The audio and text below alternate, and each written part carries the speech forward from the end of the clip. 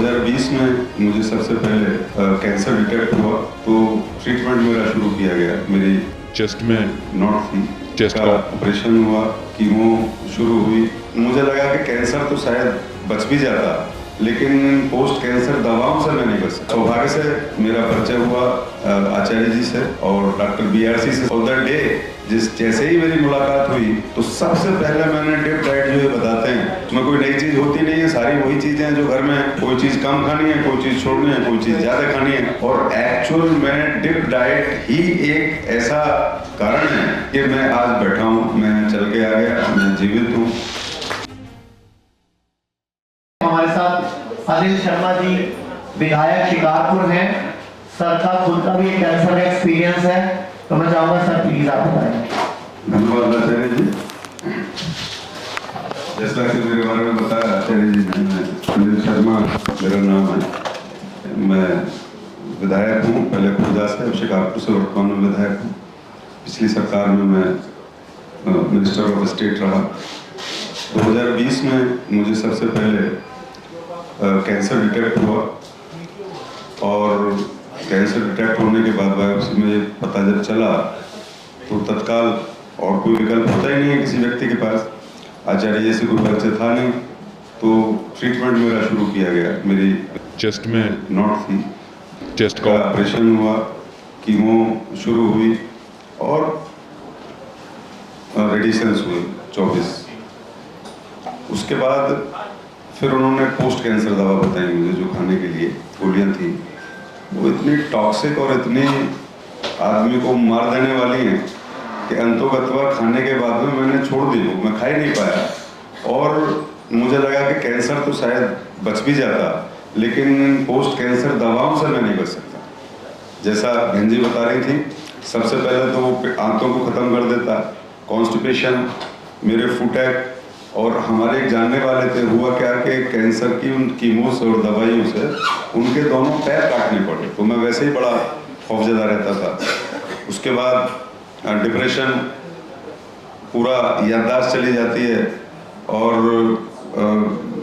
सारे जो है आपकी आंतें बिल्कुल ख़त्म हो ही जाती हैं।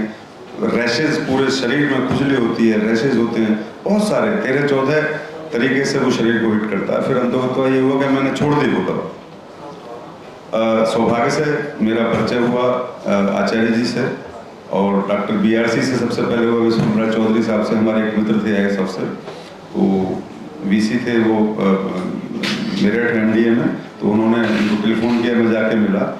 और द डे जैसे ही मेरी मुलाकात हुई, तो सबसे पहले मैंने डिप डाइट जो ये बताते हैं, उसमें कोई नई चीज़ होती नहीं है, सारी वही चीज़ें हैं जो घर में, कोई चीज़ कम खानी है, कोई चीज़ छोड़नी है, कोई चीज़ ज़्यादा खानी है, वो मैंने शुरू किया। हालांकि कोई भी चीज़ जब हम जिस रह रहे होते हैं जिस प्रकार से, उसको जब हम छोड़ते हैं तो बड़ा कठिनाई होती है, लेकिन ये सिर्फ 20-21 दिन का मसला रहता है, ये डॉक्टर साहब ने मुझे बताया। और आफ्टर 21 डेज तो वो मेरी फिर जो है वही खाने की आदत बन गई, और 80-81 दिन में मेरी जीवनचर्या बन गई। और एक्चुअल में डिप डाइट ही एक ऐसा कारण है कि मैं आज बैठा हूँ, मैं चल के आ गया, मैं जीवित हूँ। मेरा कॉन्स्टिपेशन खत्म हो गया, फुटैक सब खत्म हो गई, मैं एनर्जी, मतलब मैं चल भी नहीं पाता था, आई वाज बेड रिडन, मैं पलंग पे ही रहता था, सारा मेरा सब खेल खत्म हो गया। तो आप ये समझिए कि ये जो डिप डाइट है, ये अमृत तुल्य है। ये बीमारी में आप खाते हैं तो बीमारी नहीं रहेगी, और बीमारी नहीं भी है, आप इसको अपनी जीवनचर्या बनाते हैं तो बीमारी नहीं होगी। तो मैं ये कहता हूँ कि बीमारी नहीं, सामान्य व्यक्ति को भी इस प्रकार के जो भी ये बताते हैं, जो चीज़ रिस्ट्रिक्शंस हैं, कब से कब खाना है, वो ऑटोफेजी, फलाना ढिमकाना, ये सारे जो नोबेल प्राइजेज मिले हैं। हालांकि बाबा तुलसीदास जी ने आज से 500 साल पहले जो चाइना स्टडीज है, जो नेचुरोपैथी है, वो सब एक चौपाई में कह दी थी। उन्होंने कहा था, करही आहार शाक फल कंदा, सुमरही ब्रह्म सच्चिदानंदा। एक तीसरा डायमेंशन और है जो किसी पैथी में नहीं है, दैट इज स्पिरिचुअल हेल्थ। और स्पिरिचुअल हेल्थ जब ठीक होती है जब हम ईश्वर में आस्था रखते हैं। ये भी अगर करेंगे तो इससे आपको और लाभ मिलेगा।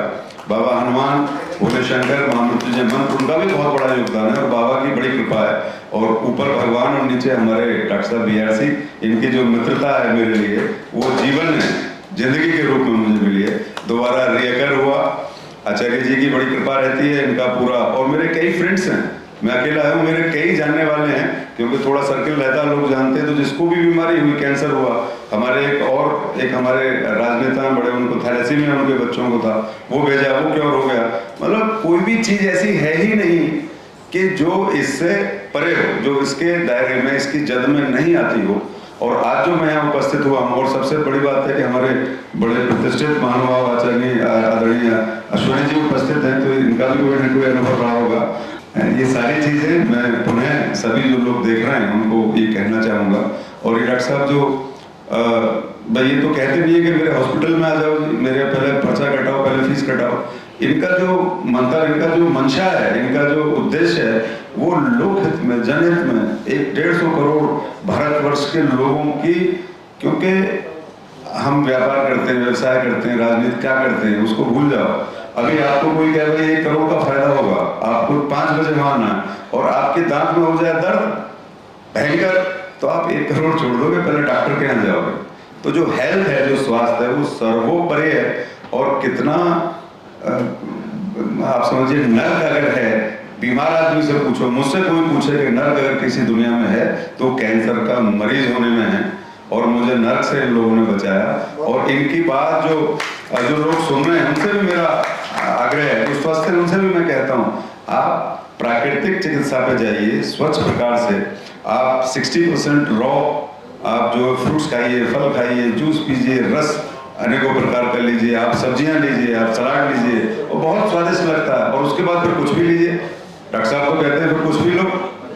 तो ये सारी चीजें हैं साहब, मेरा बहुत जो अनुभव है शेयर करते हुए मुझे बड़ा गर्व का अनुभव है। और अश्विनी जी के साथ मैं मंच शेयर कर रहा हूँ, आचार्य जी के साथ बैठा हूँ, बीआरसी साहब के साथ बैठा हूँ, भाई हमारी बहनें माताएं सारी अपना अनुभव बता रही हैं। इट्स ए ग्रेट मूवमेंट और सारे देश को निश्चित रूप से इस पर चलना चाहिए। और ये बड़ी लड़ाई भी है, हालांकि पैसे की लड़ाई है, ये जो इंडस्ट्रिस्ट है उसकी लड़ाई है, बट हम उसके चक्कर में नहीं पड़ना। हम तो मरीज आदमी हैं, हम तो स्वस्थ कैसे रहेंगे इसको देखना है। और कोई स्पॉन्सर्ड प्रोग्राम ये है नहीं, ये सारी फैक्ट्स हैं, तथ्य हैं। तो इसी के साथ मैं अपनी बात समाप्त करता हूँ। धन्यवाद। पूरे भारत में हमारे 58 से अधिक हॉस्पिटल्स, 60 से अधिक क्लिनिक व डे केयर सेंटर्स हैं। पूरे भारत में 900 से अधिक आयुर्वेदिक, एलोपैथिक, होम्योपैथिक व नेचुरोपैथी डॉक्टर्स हमारे साथ जुड़े हुए हैं। भारत के हर बड़े शहर में हमारे आयुर्वेदिक हॉस्पिटल्स हैं। इनमें से मुख्य हॉस्पिटल मेरठ, दिल्ली एनसीआर, मुंबई, लखनऊ, डेराबसी, पंचकुला और कुरुक्षेत्र में हैं। यहाँ पर kidney fail, liver fail, cancer, heart problem, जोड़ों के दर्द, diabetes, BP, sugar, piles, fissure व फिस्टुला और अन्य बड़ी से बड़ी बीमारियों को रिवर्स किया व सिखाया जाता है। अगर आप वीडियो में कही गई बात से सहमत हैं तो Y टाइप करें, सहमत नहीं हैं तो N टाइप करें।